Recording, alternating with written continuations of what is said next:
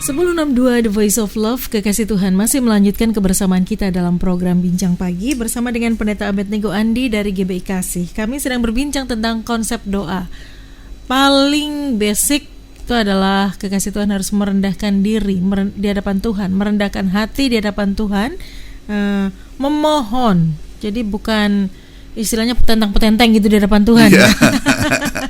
Baik, kekasih Tuhan, sembari kami berbincang-bincang, Anda bisa bergabung bersama dengan kami ya. Telepon 0315046000, SMS atau WA 0813-330-6000. Konsep doa berikutnya, Pak Abednego, what next? Setelah merendahkan diri apa lagi? Ya, yang kedua adalah memuji Tuhan. Memuji Tuhan. Ya. Nyanyi. Nah, ini konsepnya seperti apa? Karena orang dengar kata memuji Tuhan, oh harus nyanyi ya Pak, gitu. Ya, harusnya pujian itu, nyanyian itu adalah pujian, doa yang dipujikan, doa yang dinyanyikan, itulah pujian, gitu ya. Jadi kadang makanya kita ini harus kalau lagi nyanyi itu yang serius, karena itu juga doa kita sama Tuhan, betul, gitu ya. Baik doa, baik kita lagi nyanyi memuji Tuhan. Harus tahu bahwa di depan kita ini ada Tuhan. Harus sungguh-sungguh. Jadi nyanyinya jangan asal gitu ya. Nah makanya tadi sebelum siaran kita bincang-bincang, Corona ini baik enggak? Oh baik. Baik, enggak ada yang enggak baik. Tadi kami ngobrol tuh banyak sekali ternyata hal-hal baik yang bisa dilakukan oleh Pak Abednego di masa-masa seperti ini. Iya. Jadi justru di saat ini ketika ini nggak mungkin anak Tuhan nggak doa, ya pasti doa. Cuma memang kadang konsepnya salah. Daud ini bisa saja, yang pertama tadi kan tentang merendahkan diri. Dia bisa saja dia menonjolkan, Tuhan, aku ini sudah bangun gereja loh. Tuhan, corona gini aku sudah nggak mikirkan sendiri loh. Aku sudah bagi-bagi sembako loh. Bagi sembako gitu ya. Kolektor persepuluhan meskipun enggak ada di gereja online jalan terus ya Tuhan. Tapi kok ya sakit ya Tuhan ya. Tuhan kok ya apa kok enggak, aku enggak lihat perbedaan ya. Orang lain kena apa namanya kondisi pandemi, kondisi ekonomi terganggu. Aku juga Tuhan. Ya apa sih? Tuhan, kenapa rumah tanggaku enggak pulih-pulih padahal aku sudah melayani Tuhan. Nah, ini seringkali kita ini terpancing, kita menyombongkan diri, menonjolkan diri, dan akibatnya di nomor 2, lebih banyak kita ini ketika doa ini hanya bukan tidak boleh tangis, nangis Tuhan tampung air mata kita di kirbatnya, tapi nangisnya itu karena apa? Nangisnya karena sampai saat ini mengucap syukur masih hidup, keluarganya sehat semua, atau nangis gara suaminya lari, nangis gara-gara pekerjaannya bangkrut. Loh, itu beda gitu ya. Bahkan ketika kita hanya menonjolkan diri, akhirnya keluhan-keluhan yang keluar gitu ya, omelan yang keluar, jadinya doa kita sama Tuhan ini, aduh mungkin Tuhan datang, lihat kita datang, lu lagi, ayo nangis lagi, pasti mau ngeluh lagi, ayo ngomel lagi gitu ya. Beda ketika Tuhan lihat, wah ini aku senang, ini Daud ini kalau datang dia selalu memuji Tuhan, meninggikan aku, Tuhan. Bisa karena Daud keperkasaannya Tuhan. Makanya di sepanjang pasal 71 tuh ya, ayat 22, ayat 6, 8, 14, ayat 6, engkau yang selalu kupuji-puji. Nah ayat 8 ini pujian kan, mulutku penuh dengan pujian kepadamu sepanjang hari itu ya. Mulutku penuh dengan puji-pujian kepadamu, dengan penghormatan kepadamu sepanjang hari. Ayat 14. Tetapi aku senantiasa mau berharap dan menambah puji-pujian kepadamu. Loh, Daud itu loh modelnya kayak gini. Aku senantiasa mau berharap dan menambah 7 hari dalam sehari aku memuji Tuhan itu ya.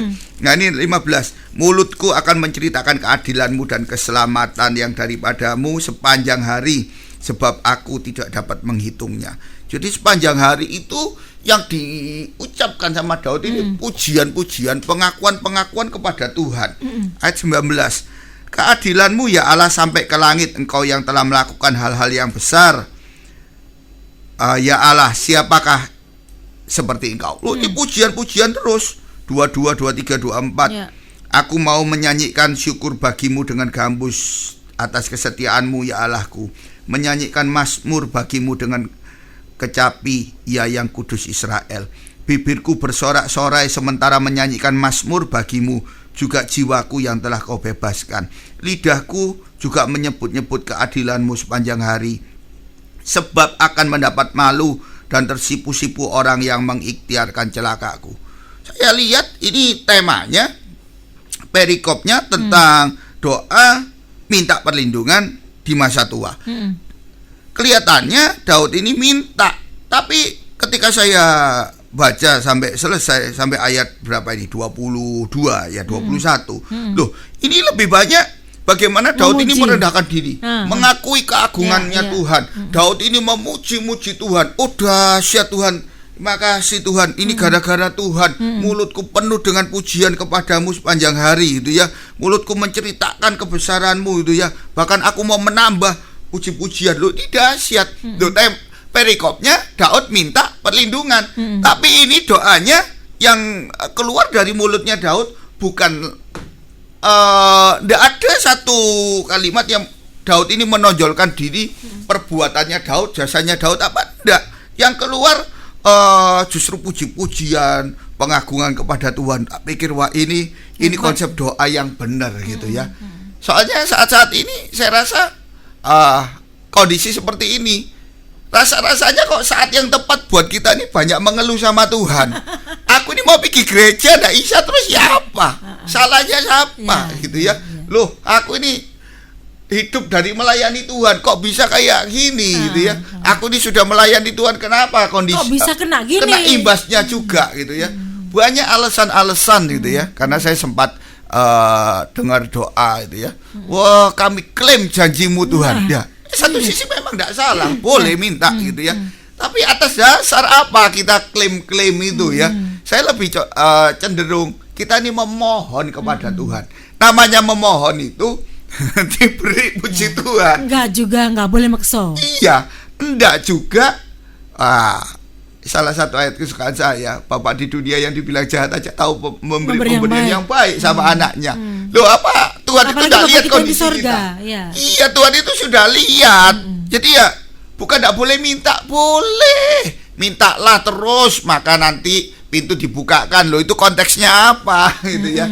Nah, justru saat ini gitu ya, kondisi yang baik, justru kondisi orang kalau diberkati Tuhan, kondisi kelimpahan, orang itu bisa mengucap syukur gitu ya. Orang bisa meninggikan Tuhan. Itu ya mungkin semua orang bisa, biasa. Justru dalam kondisi gini semua kena imbasnya gitu ya. Tetap memuji Tuhan, itu baru luar biasa. Iya, sudahlah, semua ini ada dalam pantauannya Tuhan. Tapi kita tetap kerjakan bagian kita ya. Tentunya bukan hanya doa aja, terus berkat langsung turun dari langit. Enggak. Apa yang jadi bagian kita, justru Tuhan lihat kondisi kayak gini, kamu tetap semangat enggak? Nah, tetap berharap sama Tuhan enggak? Tetap bekerja enggak gitu? Yakin enggak? Nah, ini nanti masuk di poin nomor 3. Poin yang terakhir ini, bagaimana kita ini meyakinkan diri ya. Setelah kita merendahkan diri, setelah kita memuji Tuhan, kita ini yang terakhir, kita ini meyakinkan diri. Maksudnya meyakinkan diri seperti apa, Pak Abed? Nah, Daud ini di ayat 20 bilang gini, Engkau yang telah membuat aku mengalami banyak kesusahan dan malapetaka gitu ya. Ini jangan disalah tafsirkan. Jadi bukan Tuhan yang bikin ini, memang apalagi pandemi ya? Iya, semua Tuhan izinkan terjadi. Dalam kondisinya Daud sebenarnya juga bukan Tuhan yang bikin. Wong ini banyak yang terjadi, ini ulahnya Daud. Kenapa anaknya berontak? Loh, ya itu gara-gara dia mengawali dia ngambil istrinya orang kan. Pedang tidak akan lari dari keturunanmu. Tapi Daud tahu semua terjadi atas izin Tuhan ya. Ya sudah, tidak apa-apa gitu ya. Nah, Engkau yang telah buat aku mengalami banyak kesusahan dan malapetaka, lihat, Engkau akan menghidupkan aku kembali. Jadi ayat tadi tidak titik, pasti koma. Engkau akan menghidupkan aku kembali, dan dari samudera raya bumi itu ya. Jadi dari kondisi yang paling dasar, yang paling rendah, Engkau akan menaikkan aku kembali. Ini bicara iman, percayanya Daud itu, harapannya Daud. Yakin Tuhan ini pasti pulihkan. Saatnya Tuhan pulihkan. Enggak apa-apa wes. Ini terjadi atas izin Tuhan. Aku lakukan bagianku. Nanti Tuhan akan hidupkan aku kembali. Bahkan dalam kondisi yang paling nol, sudahlah kalau sudah saatnya Tuhan pandang layak. Sudah saatnya kita nih Tuhan pandang kita nih mengerjakan bagian kita dengan baik dan benar. Sudahlah, Tuhan itu akan naikkan aku kembali. Jadi ini ayat ini bicara tentang bagaimana percaya dirinya Daud, yakin kalau dulu mulai dari muda aku ditolong Tuhan. Kondisi kayak gini, kondisi tua, aduh, dia tidak nelongso, gitu ya. Dia tidak merasa aduh bagaimana ya aku ditinggalin. Tidak, dia tetap dengan semangat. Bahkan saat dia melarikan diri, bukan dikejar-kejar oleh anaknya. Itu siapa itu, Absalom itu kalau mau dihabisi sama Daud bisa. Aja. Daud itu tidak mau terjadi pertumpahan darah. Itu hikmat Tuhan. Dia tahu ini musuh, ini bukan musuh, ini anakku. Tapi dia tahu itu ya. Wah, ini keyakinannya Daud. Ayat 21 bahkan lebih dahsyat lagi. Tutup begini. Engkau akan menambah kebesaranku dan akan berpaling menghibur aku. Jadi buat saya ini Daud bukan meyakinkan diri Tuhan itu akan kembalikan aku, bukan hanya sekedar pemulihan, tapi ternyata ya engkau akan menambah kebesaranku. Jadi dia ini tahu bahkan di kondisi tua, bahkan saya mau katakan selama orang masih hidup Tuhan itu akan pakai. Makanya orang diberkati itu tidak ada batasnya. Tergantung kapasitas kita ini mau jadi berkat atau tidak.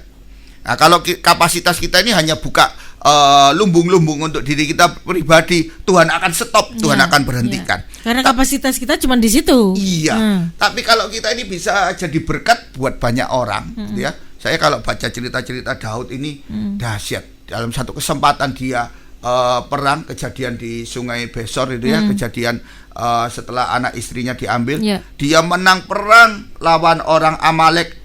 Padahal orang Amalek ini habis perang dengan bangsa-bangsa sebelumnya. Jarahannya 3 kali lipat, 4 kali lipat. Dia bisa bagi jarahan untuk setiap tempat yang dia singgahi. Jadi dia ingat sama orang-orang yang berjasa sama dia. Bahkan di akhir hidupnya dia buka lumbungnya pribadi. Semua emasnya itu saya hitung tempo hari berapa ya, 3 ton atau 4 ton. Persediaannya dia sendiri dia keluarkan untuk dia bangun rumah Tuhan. Waduh, mantap itu, Pak. Makanya Daud yakin engkau akan menambah kebesaranku dan akan berpaling menghibur aku. Ini bicara damai sejahtera Tuhan. Yang jadi problem hari-hari ini adalah kita ini kurang bisa meyakinkan diri. Padahal kita sudah tahu bahwa di masa lalu Tuhan sudah tolong kita. Tapi di masa-masa sulit begini, kadang kita sendiri nggak yakin. Iya nek nanti Tuhan balik no, nek ora. Iya nek nanti Tuhan tolong, nek enggak. Nah, kadang-kadang pertanyaan-pertanyaan itu muncul ketika kita mau melangkah tadi, berbagi, kemudian menolong orang. Kadang-kadang berpikir nanti pas aku dibohongi gitu, Pak. Bagaimana menghilangkan pikiran-pikiran seperti itu? Buat saya sih, kondisi corona ini sering makan bareng orang tua. Orang tua saya juga cerita sama anak saya, papamu nih ya senangannya buah. Dulu umur 3 tahun sama papimu, kakak saya gitu ya. Papamu sama papimu sama kakaknya papi ini makan buah duku. Dimakan sampai sama bijinya. Waktu itu katanya saya step sampai masuk rumah sakit ya. Saya ini pernah alergi, jadi makan buah ndak bisa. Itu mungkin SMA makan buah apa ndak bisa. Dari kecil suka buah ya?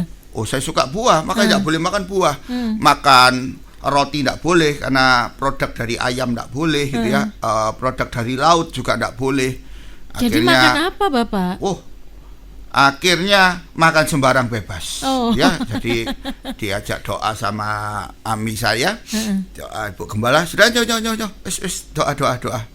Sudah buang semua obatnya. Percaya ya? Ya, buang, sembuh langsung. Saya pernah tabrakan sepeda motor, tidur di sepeda motor, tabrakan, nggak mati. Saya tabrakan mobil, nggak mati.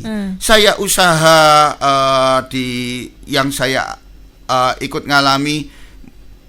Satu kali, kakak saya sudah berapa kali, mungkin mau berangkat 2 kali atau 3 kali, saya lupa.